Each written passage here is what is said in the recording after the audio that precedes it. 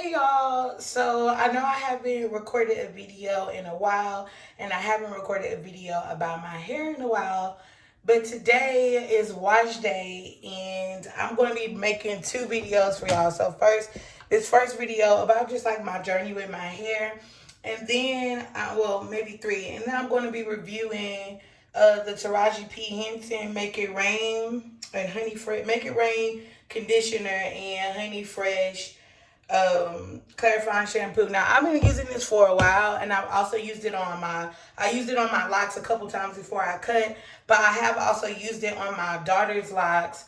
And so now that I've had loose and natural hair with this, I feel like I can give y'all a really good understanding of how I feel like the product works on the hair. And then there's another thing. Hold on.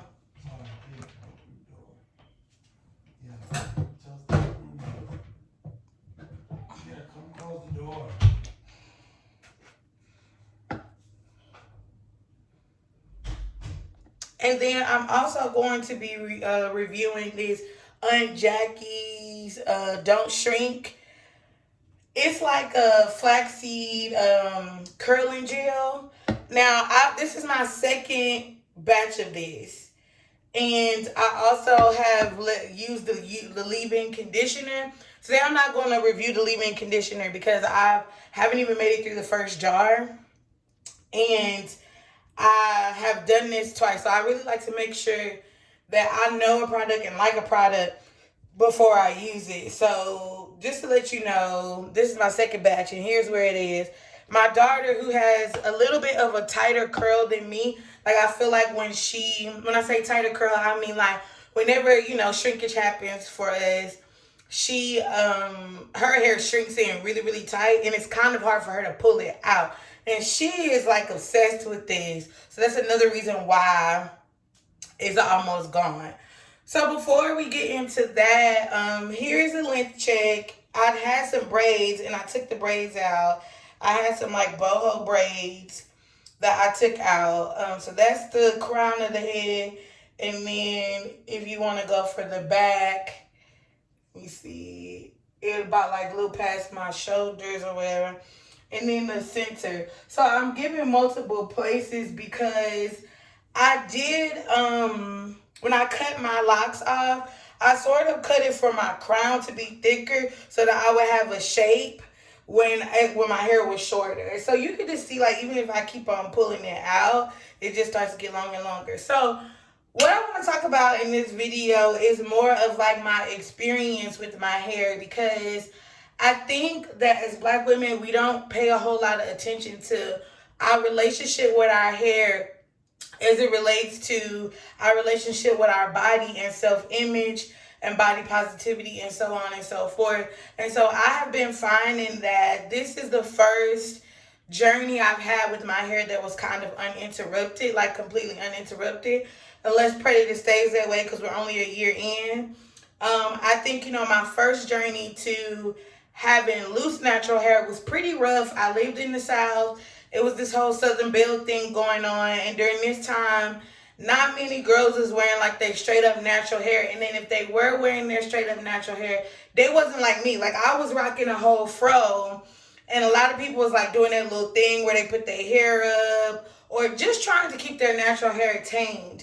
And so when I started my locks, it was kind of like, oh, even as I look back on it, my thought process was sort of like, this is a way for me to have a tamed looking hairstyle to make people outside of me comfortable, and also a way for me to feel the length of my hair. So I really, really did equate my hair to a source of my beauty.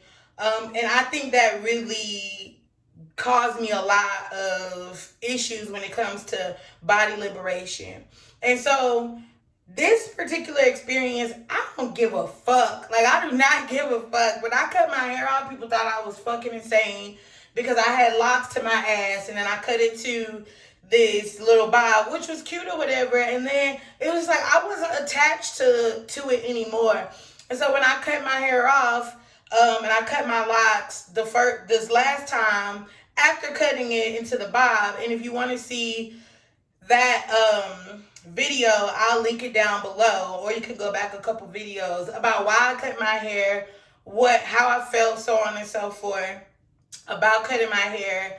This time, I just feel a real source of freedom because I'm not really considering how anyone feels when it comes to my outer appearance. And there's something very liberating about that. So I'm saying this to encourage you that whatever it feels like you want to do with your fucking head, you should do it.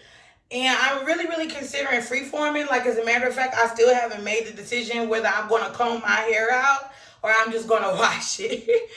Because I feel like letting go of this whole aspect of my hair needs to look this certain way because this contributes to my beauty is a fucking prison.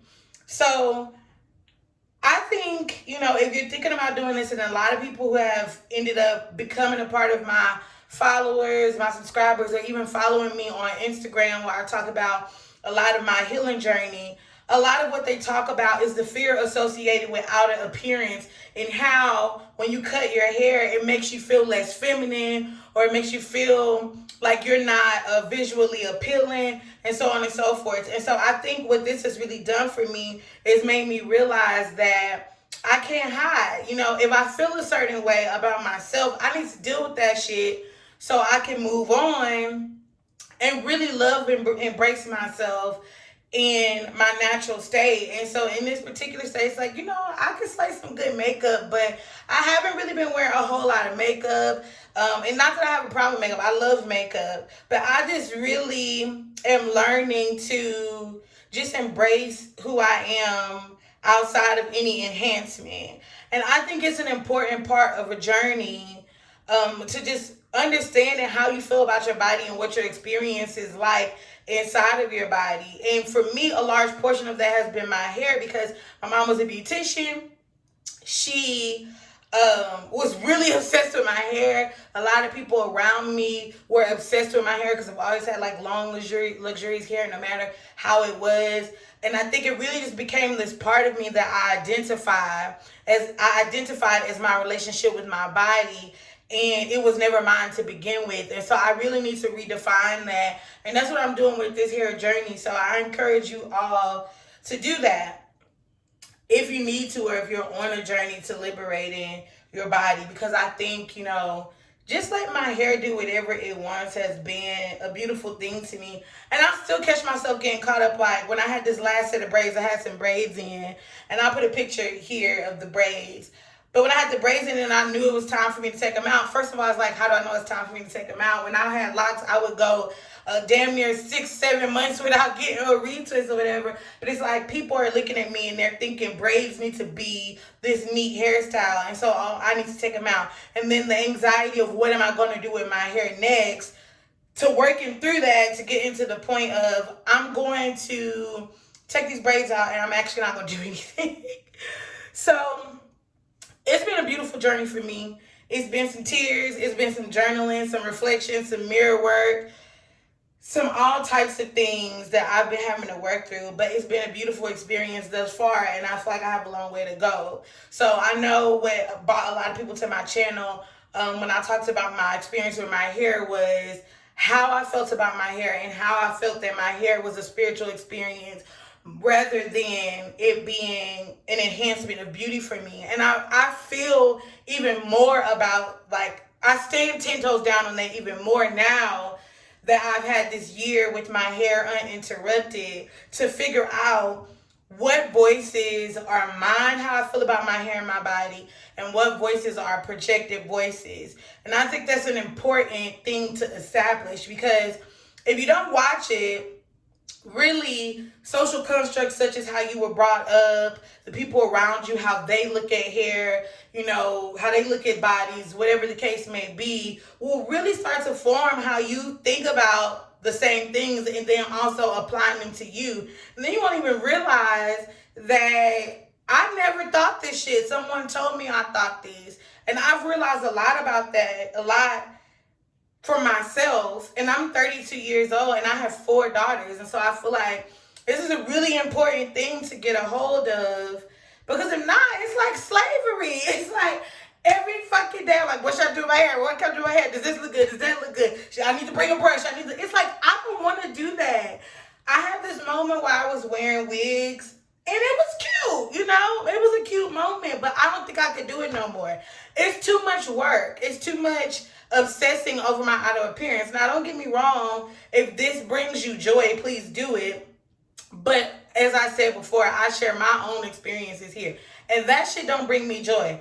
Having to just, every time I want to run to the fucking corner store, pick up a wig and throw it on, it's just a lot for me. I need to feel free with my crown, and I just can't do it like that. So I gotta have a, for me, I gotta have a hairstyle that isn't necessarily like just a carefree hairstyle. Now, some people, I feel like I know, and I have talked to other women during this year who their hair really connects them to their body because they're at a different place in their, body liberation journey.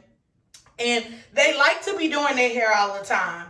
For me, I think because I grew up with somebody always in my damn hair, it's like, no, fucking thank you. But point is, figure out what's yours and what really belongs to you and what are projected voices up until this point. So I'm going to go now and close out this video, but I will have a second video for you guys reviewing this shampoo. I'm going to just go ahead and tell y'all up front, I love this fucking shampoo, but I am going to put it through the ringer to tell y'all how I feel about it. Because I think shampoo for a black woman is really fucking serious.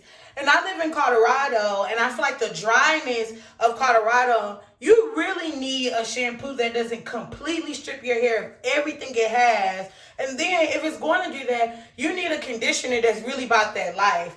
And so I do think that Taraji did a great job with it, but I also have some things that I feel like could not work for another hair type. And I want to be honest about that because everybody don't have my kind of hair, So I want to make sure that I'm representing for the four level hair girls, whatever the fuck that means, because that's another thing. It's like, who the fuck came up with these fucking numbers for the hair or whatever? But for lack of a better term and wanting y'all to understand, 4 level hair girls, but also all the hair from all the hues. I want to give a real genuine understanding of how I feel about this, because I have children who have different types of hair and how I feel about this. And so every woman of color can benefit from this review. But that'll be in the next video. Boom. Love y'all. I hope this is helpful.